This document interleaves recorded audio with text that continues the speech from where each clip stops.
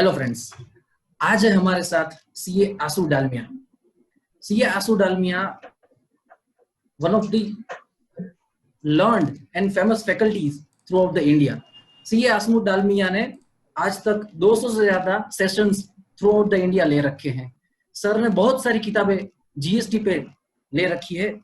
Some of them are GST a practical approach by taxman, another one is audit and annual return in GST published by Wolters and Kluwer. आज हमारा topic है, अगर आप exporter हैं और आप export कर रहे हैं और रिफंड लेना चाह रहे हैं तो जीएसटी के अंतर्गत दो अलग अलग मेथड दी गई है।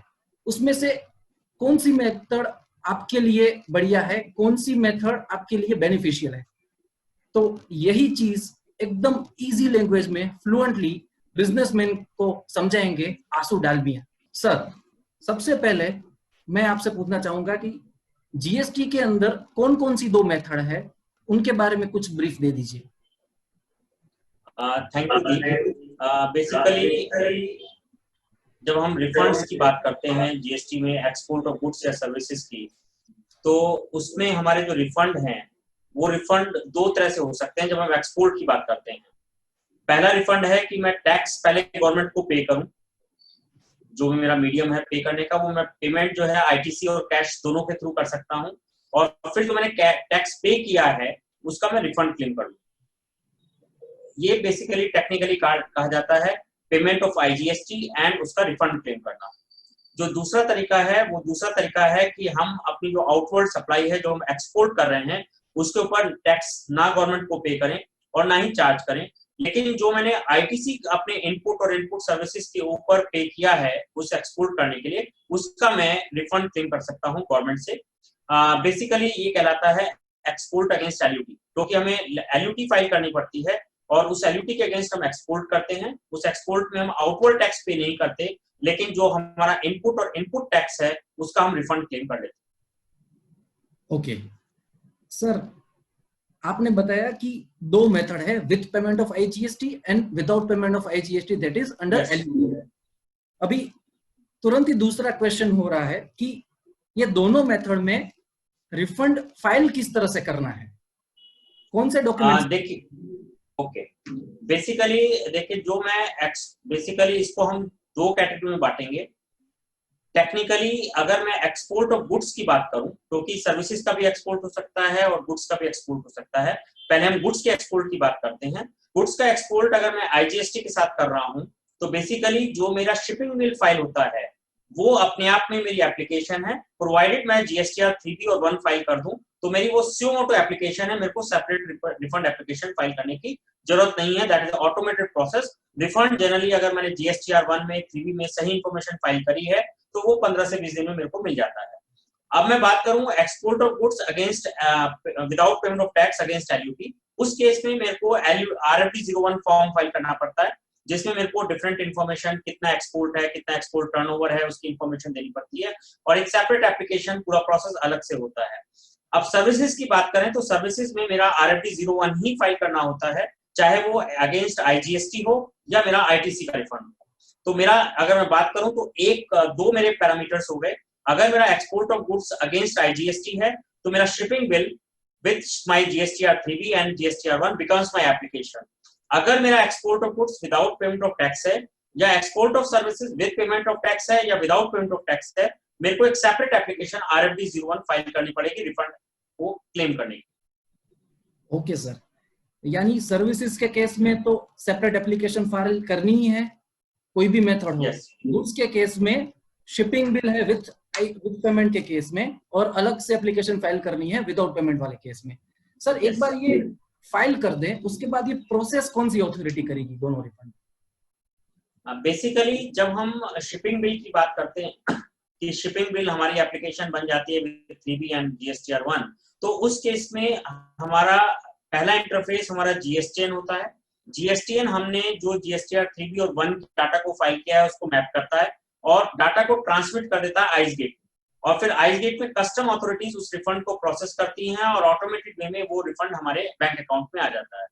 लेकिन जब हम RFD 01 की बात करते हैं, RFD 01 जो हमने डिस्कस किया कब कब हमें फाइल करना है, अगर मेरा export of goods without payment of tax है मेरा एक्सपोर्ट ऑफ सर्विसेज है, चाहे विद पेमेंट ऑफ टैक्स हो या विदाउट पेमेंट ऑफ टैक्स हो, मेरे को RFD 01 फाइल करना है। वो मेरे जुडिक्शनल जो ऑफिस है, जो CGST या SGST जिसका भी मेरा जुडिक्शन में पड़ता है, वो concern officer will administer my file and will process the refund application. Okay sir. Sir common समझ तो ये है कि एक्सपोर्टर दो में से कोई भी एक रिफंड चूज कर सकता है, लेकिन टेक्निकली दोनों का क्वांटम कुछ अलग है, दोनों में रिफंड की अमाउंट कुछ अलग आएगी। तो सर क्वांटम के बारे में, दोनों मेथड के बारे में बता दीजिए। क्वांटम के लिए देखिए बेसिकली क्या है, IGST में अभी हम इनके कुछ एग्जांपल्स भी, इसके प्रैक्टिकल एग्जांपल्स लेके समझने की कोशिश करेंगे, लेकिन उससे पहले मोटा मोटा समझ लेते हैं कि जब मैं IGST के रिफंड की बात करता हूं तो मैं जितना IGST को पे करूंगा उतना मेरे को रिफंड मिलेगा, और अगर मैं ITC के रिफंड की बात करता हूं तो एक्सपोर्ट के लिए जितना प्रोपोर्शनेट ITC है वो मिलेगा। इसके लिए हम एक काम करते हैं, एक एग्जांपल के थ्रू इसको समझने की कोशिश करते हैं। तो हम बात कर रहे थे कि IGST का रिफंड, हम एक मोटा मोटा प्रोसेस समझने की बात करते हैं। मान लीजिए कि हम एक्सपोर्ट ऑफ गुड्स की बात करते हैं,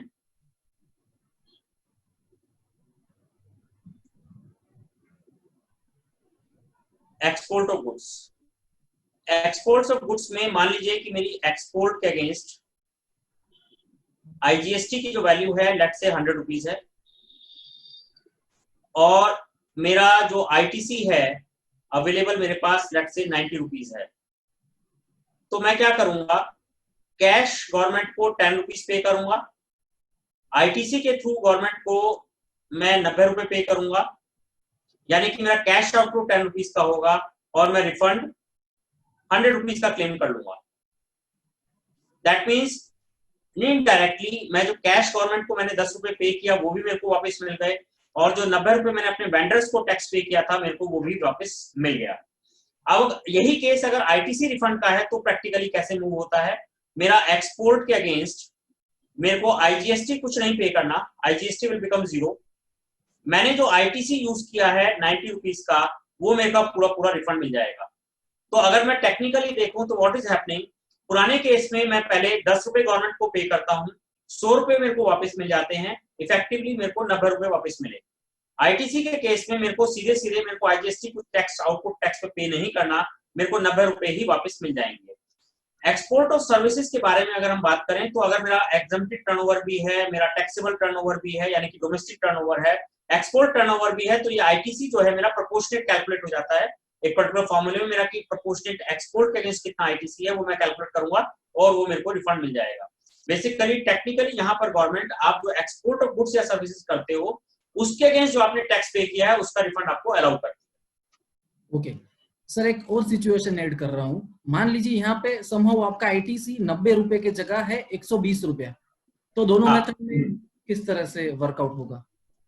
यहाँ पर मान लो कि एक्सपोर्ट में यहाँ पर मेरा 120 रुपए का ITC है, मेरे को यहाँ पर कैश 0 पे करना पड़ेगा और मेरा ITC 120 रुपए है, लेकिन मेरे को जो रिफंड मिलेगा क्योंकि मैंने टैक्स कितना पे किया ITC के थ्रू 100 रुपए का, तो मेरे को 100 रुपए का रिफंड मिल जाएगा और 20 रुपए मैं as an ITC carry forward कर दूंगा।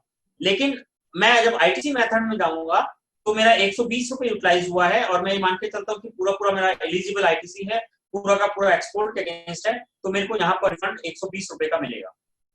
यानी कि इस वाली सिचुएशन में, पहले वाली सिचुएशन में मेरे को कैश 100 रुपीज का मिलेगा और 20 रुपए का मेरे को कैरी फॉरवर्ड करना पड़ेगा, लेकिन इस वाली सिचुएशन में, दूसरी सिचुएशन में मेरे को 120 रुपए का पूरा पूरा रिफंड मिल जाएगा। लेकिन हमें एक चीज समझनी पड़ेगी, ये वाली सिचुएशन बहुत पेक्युलर पोजीशन में आएंगी जब मेरा टैक्स रेट इनपुट का ज्यादा है और आउटपुट का कम है, तो बहुत पेक्युलर पोजीशंस में ये आएंगी। And in this positions cash point of view ITC refund will be beneficial.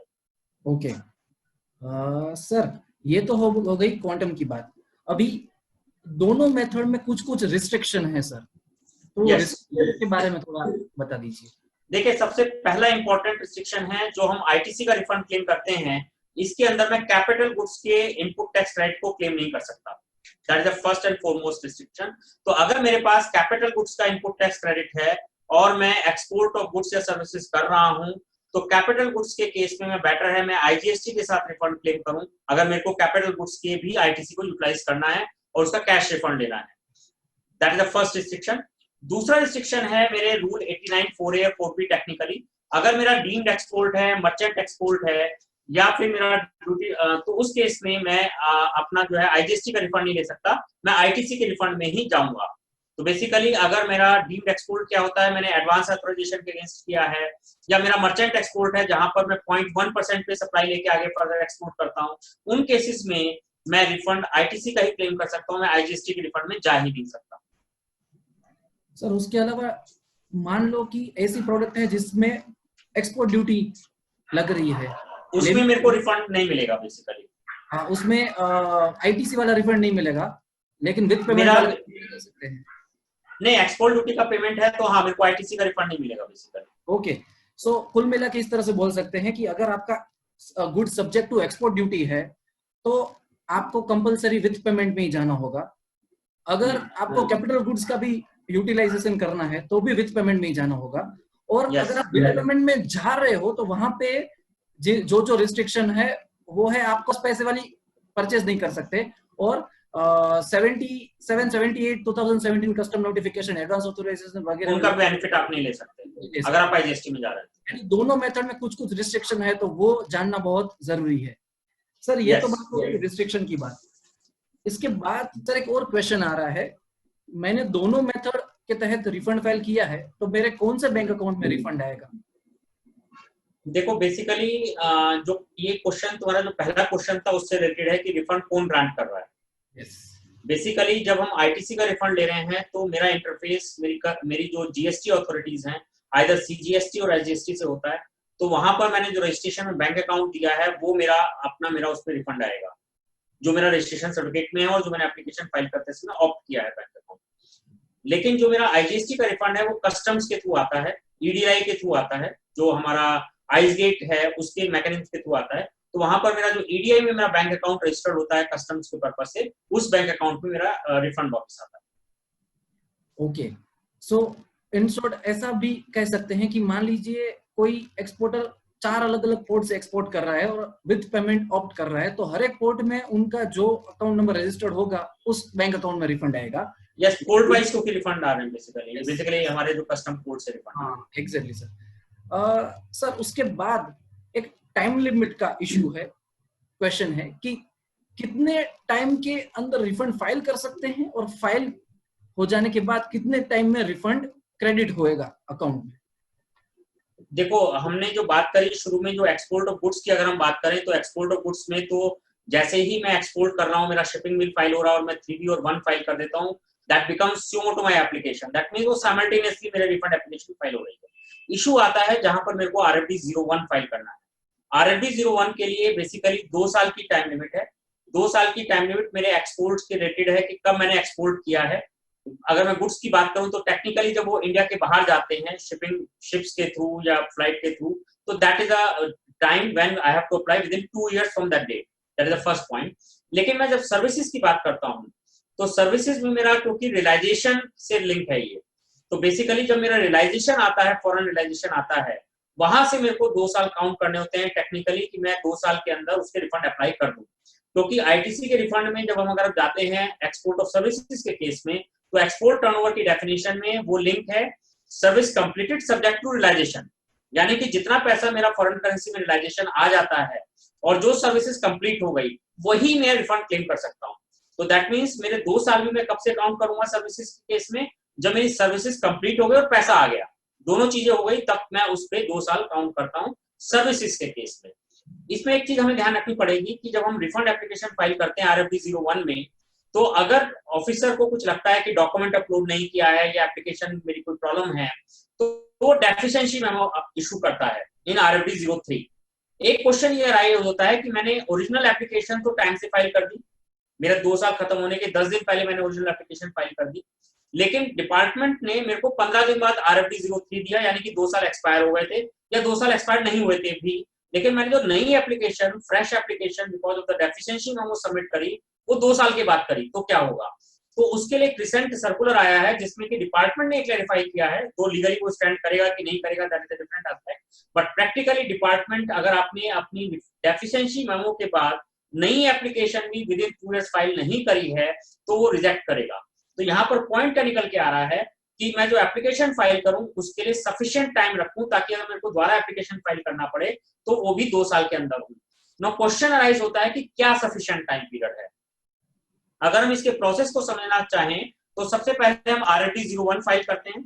RFD 01 के फाइल करने के बाद में डिपार्टमेंट को मेरे को एक्नॉलेजमेंट इशू करना होता है, और एक्नॉलेजमेंट इशू करने के बाद में उनको या तो डेफिशिएंसी को या तो RFD 02 में आपको एक्नॉलेजमेंट दे देंगे या फिर आपको डेफिशिएंसी मेमो दे देंगे। अब यहाँ पर आपका क्वेश्चन ये था कि मेरा कितने टाइम पीरियड में रिफंड आना चाहिए। बेसिकली 2 चीजें हैं कि पहली चीज ये है कि मेरा जो रिफंड है एक्सपोर्ट के केस में मेरे को 90% प्रोविजनल रिफंड मिल जाता है। दूसरा है मेरे को फुल रिफंड मिल जाता है। फुल रिफंड के लिए 60 दिन का टाइम है from the date of filing of application, और जो प्रोविजनल रिफंड 90% का टाइम है that is 7 days from the date of acknowledgement. हमें 90% रिफंड मिल जाना चाहिए। Okay sir, without payment of taxes method की रिजेक्शन की बात बता दी। RFD 03 डेफिशिएंसी मेमो से हमें पता चलेगा कि हमारा रिफंड एप्लीकेशन में कुछ खामियां हैं और रिजेक्ट हुआ है।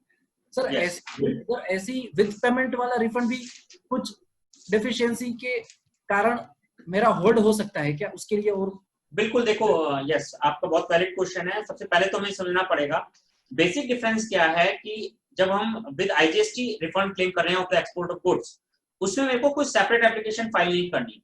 मेरा शिपिंग बिल, मेरा GSTR1 और 3B इटसेल्फ अपने आप में एप्लीकेशन है।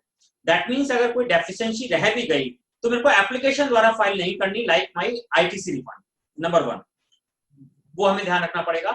दूसरा, जहां पर डेफिशिएंसी कहां आ सकती है, एक तो डेफिशिएंसी क्योंकि GSTN के लेवल पर मैंडेट क्या होता है, वो GSTR1 की टेबल नंबर 6 को और GSTR3B की टेबल नंबर 3.1B को आपस में मैच करते हैं। अगर टैक्स का पेमेंट कम है तो that will not be sent to the ice gate, या मैंने पोर्ट सही से मेंशन नहीं किया तो that is not gone to the port to the ice gate. तो अगर ये डेफिशिएंसीज हैं GSTN के लेवल पर तो हमें पहले ये करेक्ट करना पड़ेगा आने वाले रिटर्न्स में, then it will be forwarded to ice gate. अब आइस गेट में जाने के बाद में आइस गेट के पास में क्या क्या चीजें अवेलेबल हैं, मेरा GSTR1, मेरा GSTR3B, शिपिंग बिल की डिटेल उनके पास अपनी भी है और GSTR1 के अंदर भी है, इनवॉइस की डिटेल शिपिंग बिल के अंदर भी है और मेरे GSTR1 के अंदर भी है। तो जहां पर भी मेरा इनवॉइस का मिसमैच है, शिपिंग बिल नंबर का मिसमैच है, या कहीं पर EGM फाइल नहीं है, तो हमारे डेफिशिएंसी आ जाते हैं और आइस गेट पर हमारे एरर कोड आते हैं SB 001 से लेके SB 005 तक। हमें उन एरर कोड्स के हिसाब से अपने रेक्टिफिकेशंस करने पड़ेंगे, और उसके लिए दिसंबर 2019 तक के लिए कस्टम्स ने नोटिफिकेशन भी इशू किए हैं कि फॉर एग्जांपल सबसे ज्यादा मिसमैच आता है इनवॉइस नंबर का, कि मैंने इनवॉइस नंबर शिपिंग बिल में तो अपने कमर्शियल इनवॉइस नंबर मेंशन किया, लेकिन GSTR1 के अंदर अपने टैक्स इनवॉइस का नंबर मेंशन किया, यानी कि इनवॉइस नंबर मिसमैच है। तो उसके रिजोल्यूशन के लिए दैट इज बेसिकली वो सबसे ज्यादा एरर आती है, दैट इज कॉल्ड SB 005। उसके लिए कस्टम्स ने कैसे उसको रेक्टिफाई करना है उसके लिए नोटिफिकेशंस दिए हैं, और आई थिंक दिसंबर 19 तक के लिए they have given the notifications कि वो रेक्टिफिकेशंस करे जा सकते हैं। ओके, सो सर आपने ये अच्छी तरह से बता दिया कि विद पेमेंट पूरा ऑटोनोमस तो है, लेकिन उसमें भी एरर्स हो सकती है और वो एरर रेक्टिफाई भी हो सकती है थ्रू दैट कॉन्कॉर्डेंस टेबल। सर अभी कुछ प्रैक्टिकल केस स्टडीज के द्वारा 2 अलग अलग मेथड में से अल्टीमेटली कौन सी मेथड एक्सपोर्टर के लिए बेटर रहेगी वो बता दीजिए। इसमें हम क्या करते हैं, 2-3 एग्जांपल्स को डिस्कस करने की कोशिश करते हैं और उससे समझने की कोशिश करते हैं कि कौन से मेथड में कौन सा हमारे लिए बेनिफिशियल है। उससे पहले मैं एक चीज बताऊंगा कि हमें जब भी किसी मेथड को चूज करना है तो 2 तरीकों से हमें 2 point of view, operational point of view हमें ध्यान में रखने पड़ेंगे। एक तो मेरे को कैश का बेनिफिट किसमें ज्यादा है, वो हम कैलकुलेशन के थ्रू समझने की कोशिश करेंगे। दूसरा हमें एक चीज समझना पड़ेगा, प्रैक्टिकली जो IGST का रिफंड है वो ऑटोमेटेड है। IGST के रिफंड के लिए मेरे को का एप्लीकेशन सेपरेट फाइल नहीं करनी है। मैंने अगर रिफंड सही से फाइल की, अपनी रिटर्न सही से फाइल करी हुई है, सारी इंफॉर्मेशन मेरी मैच होती है, तो practically what we are looking कि 10 से 15 दिन में रिफंड आ जाता है। जबकि हमारा ITC के रिफंड में हमें एप्लीकेशन सेपरेट फाइल करनी है, सेपरेट प्रोसेस करना है, तो वो factor we have to keep in mind कि हमें कितनी जल्दी रिफंड चाहिए, वो भी हमें दिमाग में रखना पड़ेगा। अब हम एग्जांपल्स के थ्रू समझने की कोशिश करते हैं कैश पे क्या इंपैक्ट आता है इन डिफरेंट सिनेरियोस। सबसे पहले हम एक चार्ट बनाने की कोशिश करते हैं। ये मेरा डोमेस्टिक है, ये एक्सपोर्ट है। मान लो कि मेरा जो आउटपुट टैक्स है डोमेस्टिक का 8 लाख रुपए है, एक्सपोर्ट का 20 लाख रुपए है। टोटल अगर मैं बात करूं तो टोटल मेरा 28 लाख का एक्सपोर्ट टोटल आउटपुट टैक्स की मेरी लायबिलिटी आती है। मैं अगर इनपुट टैक्स की बात करूं, आईटीसी में मेरा डोमेस्टिक का 10 लाख रुपए है, एक्सपोर्ट का 9 लाख रुपए है, टोटल 19 लाख रुपए हो गया। दैट मीन्स मेरे को कैश आउटपुट टैक्स कितना पे करना है? अगर मैं आईजीएसटी के मेथड में जा रहा हूं तो मेरे को कैश आउटपुट टैक्स कितना पे करना है? 28 माइनस 19 दैट मीन्स 9 lakhs। मैं क्योंकि आईजीएसटी का रिफंड यहां पर क्लेम करूंगा तो that means I will be claiming the refund of 20 lakh rupees. मेरे को रिफंड कितना आएगा? यहां पर रिफंड आएगा 20 lakhs। मेरा नेट कैश आउटफ्लो कितना हुआ? 20 minus 9 lakhs that means 11 lakhs। मेरे को नेट कैश इनफ्लो 11 लाख का हुआ क्योंकि 9 लाख का मैंने पहले कैश आउटपुट टैक्स पे किया और 20 लाख का मेरे को रिफंड मिल गया और मेरे को 11 लाख रुपए का नेट इनफ्लो हुआ। अगर इसी सिचुएशन में मान लीजिए मैं आईटीसी हेड में अगर मैं आईटीसी का ऑप्शन ऑप्ट करता हूं तो मेरा डोमेस्टिक के अगेंस्ट मेरे को 8 लाख पे करने, एक्सपोर्ट के अगेंस्ट मेरे को कुछ पे नहीं करना पड़ेगा क्योंकि मैं आईटीसी ऑप्शन में जा रहा हूं, मेरे को आईजीएसटी पे नहीं करना। मेरी टोटल आउटपुट टैक्स की लायबिलिटी बैठेगी 8 लाख रुपए, जबकि मेरे पास इनपुट टैक्स क्रेडिट कितना अवेलेबल होगा? 19 लाख पूरा। दैट मीन्स मेरे को यहां पर आउटपुट टैक्स कुछ पे नहीं करना, नंबर 1। मैं रिफंड कितना क्लेम करूंगा? रिफंड 9 लाख का रुपए का क्लेम करूंगा जो कि मेरा आईटीसी है एक्सपोर्ट के अगेंस्ट, क्योंकि मेरा बचा हुआ जो आईटीसी है वो मेरा बचा हुआ है 11 लाख का आईटीसी है। 11 लाख का मैं रिफंड क्लेम कर लूंगा और 2 लाख का मैं कैरी फॉरवर्ड करूंगा। तो यहां पर इस सिचुएशन में क्या हुआ? इस सिचुएशन में अगर मैं आईजीएसटी के साथ जाता हूं तो इवन आईटीसी का भी मैंने रिफंड क्लेम कर लिया उसी महीने 11 लाख रुपए का, और जबकि मैं आईटीसी के ऑप्शन में जाता हूं तो मेरे को रिफंड 9 लाख रुपए का मिलेगा और 2 लाख रुपए का मैं कैरी फॉरवर्ड करूंगा। अब मैं इसको, क्योंकि अल्टीमेटली बिजनेसमैन को कैश फ्लो के हिसाब से देखना है, इस वाली सिचुएशन में क्या हुआ कि मान लीजिए कि मैं मई के महीने की बात करता हूं, मई के महीने में मैंने टैक्स पे करना है। मैं मई के महीने का टैक्स पे करता हूं 20 जून तक, अगर मैं नॉर्मल सिचुएशन में चल रहा हूं तो 20 जून को मैं 9 लाख रुपए का अपना गवर्नमेंट को टैक्स पे करूंगा। लेकिन उसके 25 दिन के अंदर आप एक महीना मान के चल लो मैक्सिमम एंड पे, अगर मैंने सारी चीजें सही करी हैं तो मेरे पास अगले महीने जुलाई तक 15 से 20 जुलाई के बीच में 20 लाख रुपए वापस आ जाएंगे, यानी कि मेरे को 11 लाख रुपए का रिफंड आया। लेकिन वहीं पर अगर मैं आईटीसी के रिफंड के लिए जाऊंगा तो आईटीसी का रिफंड में मई का रिफंड 20 जून के बाद फाइल कर पाऊंगा, नंबर 1। उसके रिफंड एप्लीकेशन फाइल करने के बाद में वो मेरा 60 दिन का प्रोसेस कम से कम है, डिपार्टमेंट भी कहता है practically it is taking around 60 days. वो मेरा पैसा अगस्त तक आएगा। बेसिकली अगर मैं जून की एप्लीकेशन फाइल कर रहा हूँ, जुलाई में मैं मान के चलता हूँ प्रिपरेशन में, डॉक्यूमेंटेशन में, इट टेक्स टाइम, 5 से 10 दिन का टाइम लगा। मैंने 1 जुलाई को एप्लीकेशन फाइल करी तो अगस्त एंड तक मेरे पास 9 लाख रुपए वापस आएंगे।